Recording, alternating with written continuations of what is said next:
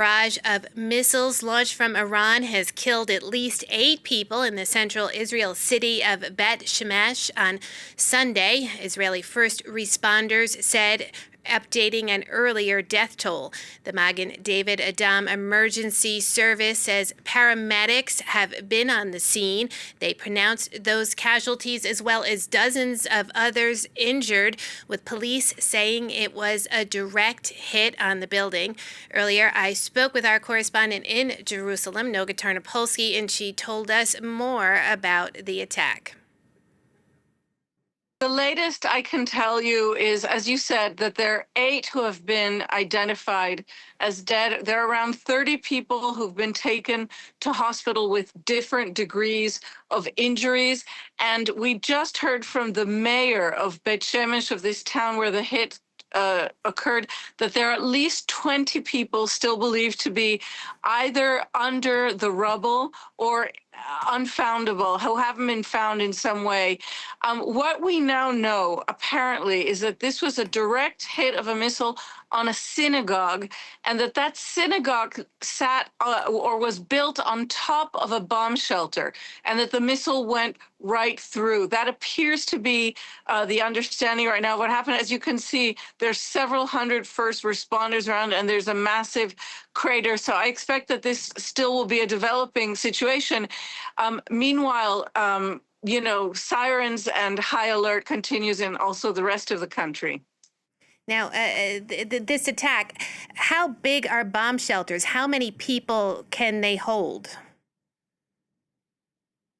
It varies greatly. Bomb shelters can be, as small as 3 meters by 3 meters squared.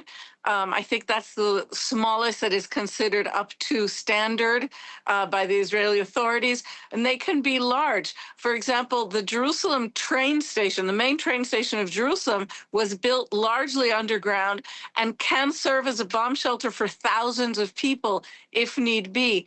The same is true at a smaller scale for tram stations in Tel Aviv, and we've all seen images in the last few days of Tel Avivis having even yoga classes, a DJ working, people just spending days on end inside these improvised bomb shelters. But this apparently was a smaller room, the size of the synagogue that was above it, apparently not huge, and was quite crammed with people. Nothing appears to have happened that was not up to code. It may just be that this is a tragedy that occurred. But for Israelis, I have to say, there is this expectation that the Iron Dome system, that the Israeli anti-missile defense should protect them hermetically, that they should, if they do everything they're told and go to bomb shelters and don't linger outside, that they can trust this system to protect them from bombs. And, the system by and large does. It's very close to 100% in terms of missile defense, but it's not 100%, and no military systems are. I can share with you, Catherine, now that the death toll is now up to 9 and is still expected to rise. And what does the IDF have to say about this? Because if what you're saying is that, Israelis feel safe and now they don't, what is the government going to do? We haven't heard a word yet from the government, and this occurred less than an hour ago.